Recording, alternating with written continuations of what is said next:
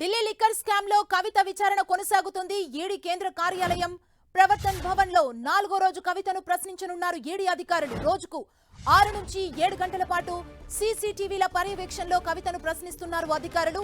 Liquor policy, money laundering కేసులో కవిత పాత్రపై ఆరా తీస్తున్నారు. నిందితులిచ్చిన వాంగ్మూలాల ఆధారంగా ప్రశ్నలు వేస్తున్నారు. 100 కోట్ల ముడుపులు, సౌత్ గ్రూప్ పాత్ర, సిసోడియా, కేజ్రీవాల్ తో ఒప్పందాలపై విచారణ జరుపుతున్నారు. లిఖితపూర్వకంగా, మౌఖికంగా కవిత నుంచి వివరాలు సేకరిస్తున్నారు. కవిత ఈడీ కార్యాలయంలోని క్యాంటీన్ భోజనమే తింటున్నారు. రోజు కవితకు వైద్య పరీక్షలు నిర్వహిస్తున్నారు ప్రభుత్వ వైద్యులు. ఇవాళ కవితను తల్లి శోభ, పిల్లలు, ఇతర కుటుంబ సభ్యులు కలిసే అవకాశం ఉంది.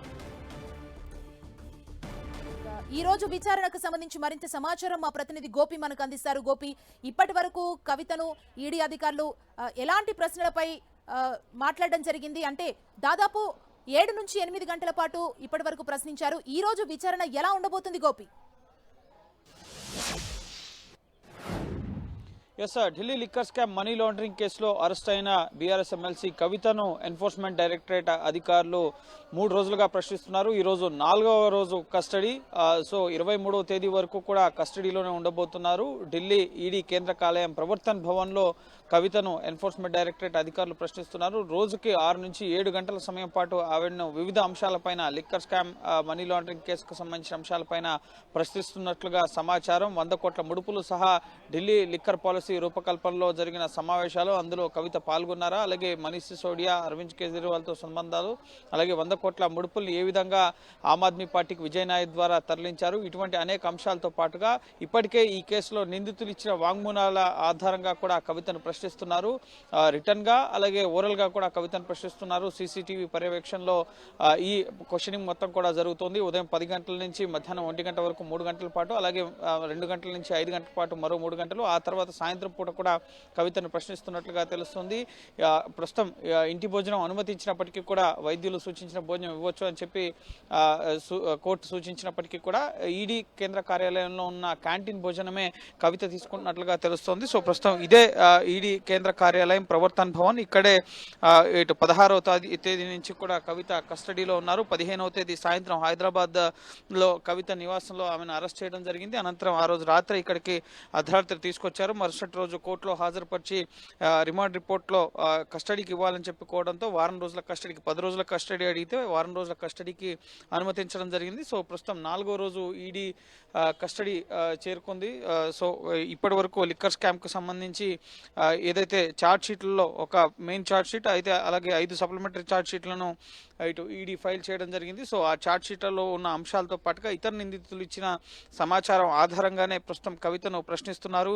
అలాగే రేపు ఢిల్లీ లిక్కర్ స్కామ్ లో కీలకమైన పరిణామం చోటు చేసుకోబోతోంది. ఢిల్లీ సీఎం అరవింద్ కేజ్రీవాల్ కి 9వసారి ఈడీ నోటీసులు ఇవ్వడం జరిగింది. సో రేపు ఒకవేళ కేజ్రీవాల్ హాజరైతే ఇదే కార్యాలయానికి కేజ్రీవాల్ కూడా హాజరు కావాల్సి ఉంది. సో రేపు కేజ్రీవాల్ హాజరవుతారా లేదా అనేది ఈ రోజు హైకోర్టులో ఒక కేసు విచారణ జరగబోతోంది. సో ఆ సందర్భంగా ఖచ్చితంగా విచారణకు హాజరు కావాలని చెప్పి హైకోర్టు ఉత్తర్వులు ఇస్తే కనుక ఖచ్చితంగా కేజ్రీవాల్ హాజరైతే కవితను అలాగే కేజ్రీవాల్ని కలిపి ప్రశ్నించే అవకాశం ఉంది. కన్ఫ్రంటేషన్ పద్ధతిలో ఇప్పటి వరకు అయితే గడిచిన 3 రోజులుగా నిందితులు ఎవరు కూడా కన్ఫ్రంటేషన్ కి ఇక్కడికి రాలేదు.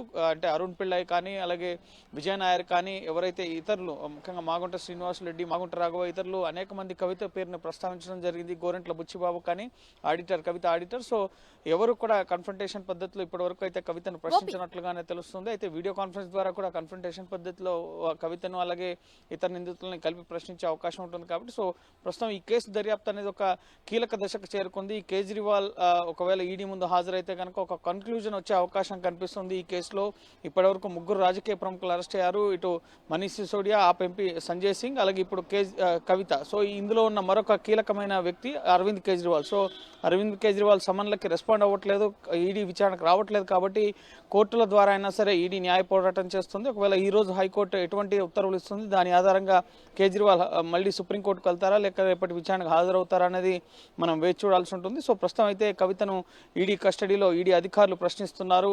2-3 అధికారుల బృందం ఆమెను ప్రశ్నిస్తున్నట్లుగా తెలుస్తుంది. లిఖితపూర్వకంగానే మెజారిటీ ప్రశ్నలకి సమాధానాలు రాబోతున్నట్లుగా కూడా తెలుస్తోంది. గోపి, అంటే కవితను కలిసేందుకు కుటుంబ సభ్యులకు అనుమతి ఎలా ఉంది, ఆ పర్మిషన్ ఎలా ఉంది? అంటే ఈ రోజు కూడా కుటుంబ సభ్యులు కలిసే అవకాశం ఉన్నట్లు తెలుస్తుంది కదా? ఎస్ కుటుంబ సభ్యులకు సంబంధించి రోజా వెన్యూ కోర్టు సాయంత్రం 6 గంటల నుంచి 7 గంటల వరకు కుటుంబ సభ్యులు కలవచ్చు ఈడీ కస్టడీలో ఉన్న కవితను అని చెప్పి ఉత్తర్వులు ఇవ్వడం జరిగింది. ఈడీ కస్టడీకి అనుమతించిన రోజే. సో కుటుంబ సభ్యుల్లో కేటీఆర్, హరీష్ రావుతో పాటుగా మరికొంతమంది ముఖ్యంగా పిఏలు అలాగే సోదరులు కూడా ఉన్నారు. అలాగే నిన్న కవిత మరో పిటిషన్ మూవ్ చేయడం జరిగింది. తన తల్లి పిల్లల్ని చూడాలని చెప్పి అందుకు అనుమతించాలని చెప్పి కోవడం జరిగింది. దీంతో కుటుంబ సభ్యుల పేర్లలో మార్పులు చేయడం జరిగింది. సో తల్లి శోభతో పాటుగా పిల్లలు అలాగే సోదరిమణులను ఇందులో చేర్చడం జరిగింది. సో వాళ్ళు ఈ రోజు సాయంత్రం కవితను ఈడీ కస్టడీలో కలిసే అవకాశం ఉంది. నిన్న కేటీఆర్ అలాగే మోహిత్ రావు కవిత తరపు న్యాయవాది ఇద్దరే ఈడీ కార్యాలయంలోకి వెళ్లి కవితను కలిసి న్యాయ పోరాటానికి సంబంధించి అలాగే కవిత యోగక్షేమాల గురించి అడిగి తెలుసుకోవడం జరిగింది. సో ఈ రోజు కవిత తల్లి అలాగే పిల్లలు ఇతర కుటుంబ సభ్యులు కూడా కవితను కలిసే అవకాశం ఉంది. రోజా వెన్యూ కోర్టు ఈ వెసులుబాటును కల్పించడం జరిగింది. కవితకి కుటుంబ సభ్యుల్ని రోజు ఒక అరగంట అడ్వకేట్స్ అలాగే అరగంట కుటుంబ సభ్యులు కలవచ్చు. ఆ సందర్భంలో ఈడీ అధికారులు ఎవరు కూడా కవిత వద్ద ఉండరు. అలాగే ప్రతిరోజు కూడా కవితకు వైద్య పరీక్షలు నిర్వహించడం కూడా జరుగుతుంది. 24 గంటలకు ఒకసారి ప్రభుత్వ వైద్యులు వచ్చి ఈడీ కేంద్ర కార్యాలయంలోనే ఆమెకి వైద్య పరీక్షలు నిర్వహిస్తున్నారు. సో ప్రస్తుతం అయితే ఆవిడ ఆరోగ్యం కూడా నిలకడగా ఉంది, ఎటువంటి ఇబ్బంది లేదని చెప్పి మనకు సమాచారం. సో ఖచ్చితంగా ఈ రోజు కూడా చాలా కీలక అంశాలపైన ఆ కవితను ప్రశ్నించబోతున్నట్లుగా తెలుస్తుంది. అలాగే హైకోర్టులో జరిగే అరవింద్ కేజ్రీవాల్ ఈడీ సమన్లను సవాల్ చేస్తూ దాఖలు చేసిన పిటిషన్ పై సంబంధించి వచ్చే ఉత్తర్వుల ఆధారంగా కూడా ఈ కేసు తదుపరి పురోగతి ఆధారపడి ఉంటుంది. కాబట్టి సో ఈ రోజు కూడా ఈ లిక్కర్ స్కామ్ దర్యాప్తుకు సంబంధించి కీలక పరిణామాలు చోటు చేసుకునే అవకాశం ఉంది. థాంక్యూ గోపి.